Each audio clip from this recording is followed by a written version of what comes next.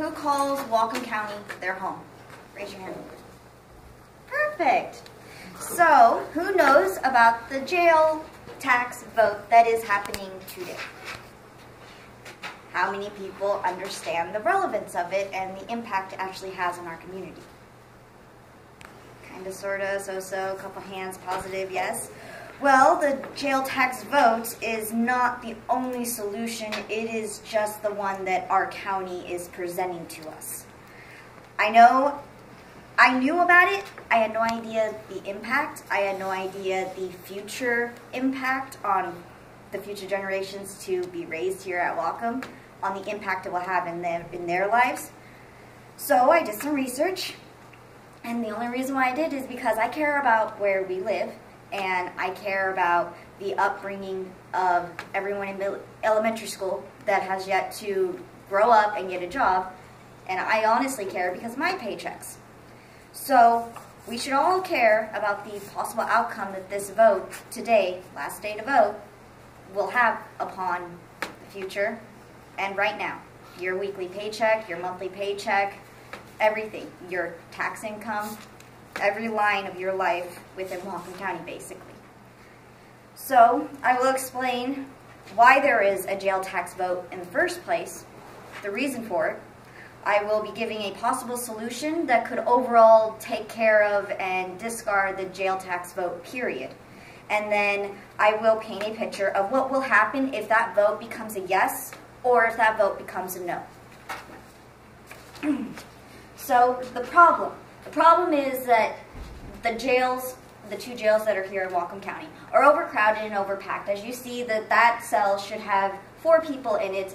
Instead, it has 8. Overcrowded. That's why they want another jail, thus for the jail tax vote. But the also main point about it is that the jail was built over 100 years ago. They've been doing remodels. The building has been established for a very long time, but they've done remodels and then they made it into a jail and then they've done upkeeping, but as you see in the corner picture, that it is falling apart and it is degrading because everything does get old and break down eventually. Whatcom's solution that they are proposing, thus the reason for our jail tax right now, is that is the new site out in Ferndale, Lee Bounty Drive and Sunset, right next to the freeway, right on the other side of the railroad tracks. That is the site that they bought back in 2013. That picture down here in the left-hand corner is what they want that site to become. Due to the codes with the city and everything, the jail has to be so far away from the road. There's wetlands over in the corner by the railroad track, so that will not be built on or anything like that. And as well with that site is right next to a dump that overfilled, so on top of building that building image right there, we also have to clear the site before building can be done. What it looks like is a lot of work. They've been working for this for over 3 years now. The plans have been drawn up and made since 2013. It is a lot of work that they put into it, but that sadly is Whatcom's only solution. So what it means for the people, you guys individually going to the store, you spend $100 on groceries, 20 cents of that will go to this new jail. This new jail, in the end, they blue marked it out step by step. It will be a 29-year debt. Not only us will be paying for it, everyone in middle school, elementary school, as they grow up, their first job, they will be contributing to this new jail that will be built this next year. A quote that I found from the jail facility use agreement that all of the cities within Whatcom County have so far signed, except Bellingham in the state of Washington, is that 20 cents of every $100 spent inside Whatcom County will be going for the construction, maintenance, and operations of the jail facility. And it was also stated by Sam Wolf from the Bellingham Herald. Payments for this new jail will begin January of 2019 and will end in December of 2048. Also stated by the jail facility use agreement that was also signed by the cities inside Whatcom. So basically, we are signing up for a 29-year debt that most of us can't even figure out what we're going to be doing next week. So, I believe there is a better, more economical solution to this problem of the overcrowding than building a brand new, large, fancy jail. Possible solutions. Our county needs more treatment and preventive services. We can draw our focus to options for the mentally unstable. We can draw more options for the substance abuse. We can actually get down and figure out why people are even in jail. Try and figure out how to stop them from going in jail in the first place. Whatcom can turn their attention to that, so hopefully could disregard the new jail, and the sufficient beds that we have now could be enough. How it will work?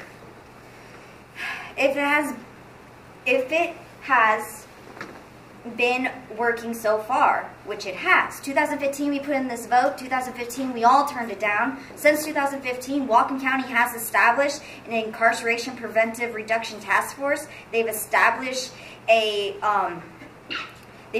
mental health and detox centers. They've established a whole bunch of agencies, help for those people that are in and out of jail, help for the people going into jail, different alternative routes. Why are they trying to change it, and why are they trying to give us a bill for a new facility? To ignore all those other possible outcomes that we could help people get out of jail and stay out of jail, instead of go in, go out, go in, and go out. I just feel Whatcom should be drawing more focus to other options instead of just a brand new fancy jail.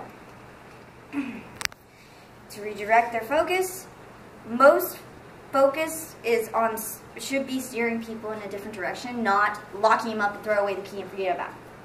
Our county should be trying to prepare these inmates for a citizen, well-working life, not toss them in, lock the door, throw away the key, and don't worry about it again. 59% of inmates in jail are pre-trial, meaning they are awaiting their trial date and not convicted of anything in the end, and they are nonviolent criminals, stated by the Incarceration Preventive and Reduction Task Force we created. Alternative plan. If all of these programs you see that I listed previously, also including electronic home monitoring, pretrial assessments, mental substance abuse, and find them and send them home, why is it not working now? If it worked before, if it's worked for the last 2 years, why can't it just still be working? Why can't Whatcom put more emphasis on that instead of just building another facility and raising the tax and taking away tax? We need to focus more on the alternative solutions and focus on a brand new facility. This is a diagram going for the incentive cost of the jails versus the jail's tax revenue. As you can see, there's a large gap. If, in the end, if the vote results in a yes, 20% of every $100 will go towards that jail.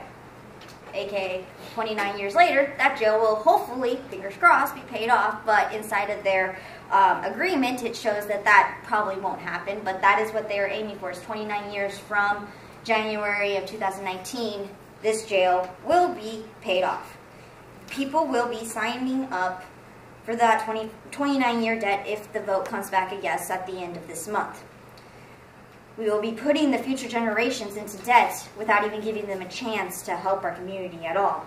If the vote results in a no, the people would then force Whatcom to focus on the alternative solutions like we forced them to do back in 2015. If Whatcom did it back then, why isn't it working now? Maybe they need more solutions. The jail pop could lower if the alternative solutions were emphasized.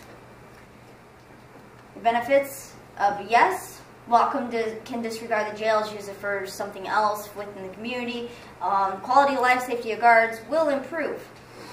If the vote becomes a no, the benefit would be Whatcom can focus on keeping people out. The alternative solutions, like I said before, what they've been doing for the last 2 years can be more emphasized. Whatcom can put their community first and hopefully in the end make it a better one. I voted no. I believe Whatcom can work with the already established alternative solutions that they created for the last 2 years And I mainly don't agree with the 29-year-long debt. That's the only thing about it. It's not like I don't think that the jail needs fixing. It's not like I don't think that the jail needs improvement. I just think 29-year-long debt is quite extraordinary. You all live here too. You all have a duty to be informed on what is going on. So all I ask you to is, if you are able to vote, then vote. If you are unable to vote, then sit back and take a history lesson and realize and try and keep aware when it is your time to vote. You guys should pay attention, because this is our home, as you all raised your hand in the beginning. It does matter, and it will matter for your little siblings, your cousins, your nieces, the rest of your family. My suggestion is to just vote and don't let it stop you. And look into it and be aware on what's going on inside your own community. If you're signed up to vote, you can copy that link. If you need to register to vote, you can copy that link. You can do it in person through the mail. Thank you.